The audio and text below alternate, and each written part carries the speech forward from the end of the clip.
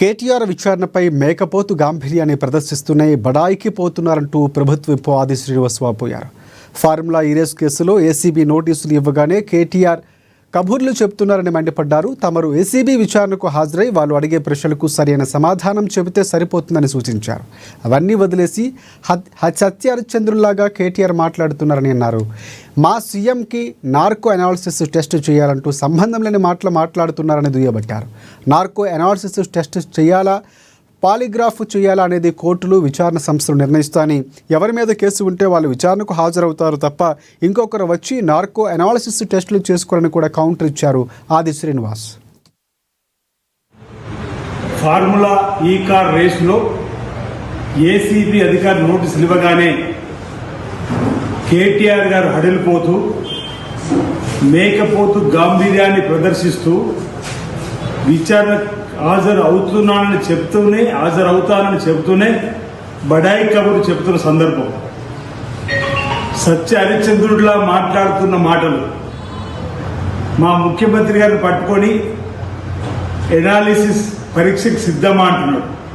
Narco analysis పరీక్షకు మీరు సిద్ధమా అంటున్నాడు. నార్కో ఎనాలిసిస్ పరీక్షకో పాలిగ్రాఫ్ పరీక్షకో కోర్టులు చెప్తే మీరు కానీ ఇంకెవరు కానీ సిద్ధం కావాలి. మీరు చెప్పాల్సిన అవసరం లేదు.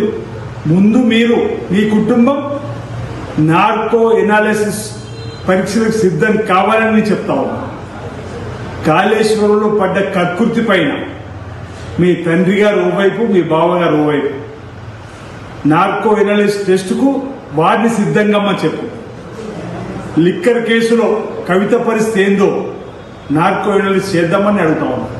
అడుగు మీ అక్కను కూడా. నార్కో ఎనాలిసిస్ గురించి గొప్ప చెప్తున్నా. నీవు కూడా ఈరోజు టెలిఫోన్ ట్యాపింగ్ లో ఈ కార్ రేసులో కూడా ముందుకు రావాల్సిన అవసరం ఉంది. ఛాలెంజ్లు విసిరి వెనికిపోయే సంస్కృతి మీది. గంజాయి రహిత రాష్ట్రంగా మార్చాలని, డ్రగ్స్ రహిత రాష్ట్రంగా మార్చాలని మా గౌరవ ముఖ్యమంత్రి రేవంత్ రెడ్డి గారు చేస్తున్న ప్రయత్నంలో భాగంగా గతంలో ఒకసారి ఈ డ్రగ్స్ కు సంబంధించి, గంజాయికి సంబంధించినటువంటి రక్త పరీక్ష నమూనాలకు రమ్మని మా ముఖ్యమంత్రి ఇప్పుడున్న రేవంత్ రెడ్డి గారు అప్పుడు వస్తే ఆ పరీక్షకు రాకుండా పారిపోయింది ఎవరో అని అడుగుతా ఉన్నాం. ఈరోజు మీరా గొప్ప చెప్పేది. ఈరోజు ఏసీబీ అధికారులు అడిగిన ప్రశ్నలకు మీరు సమాధానం చెప్తే సరిపోతుంది.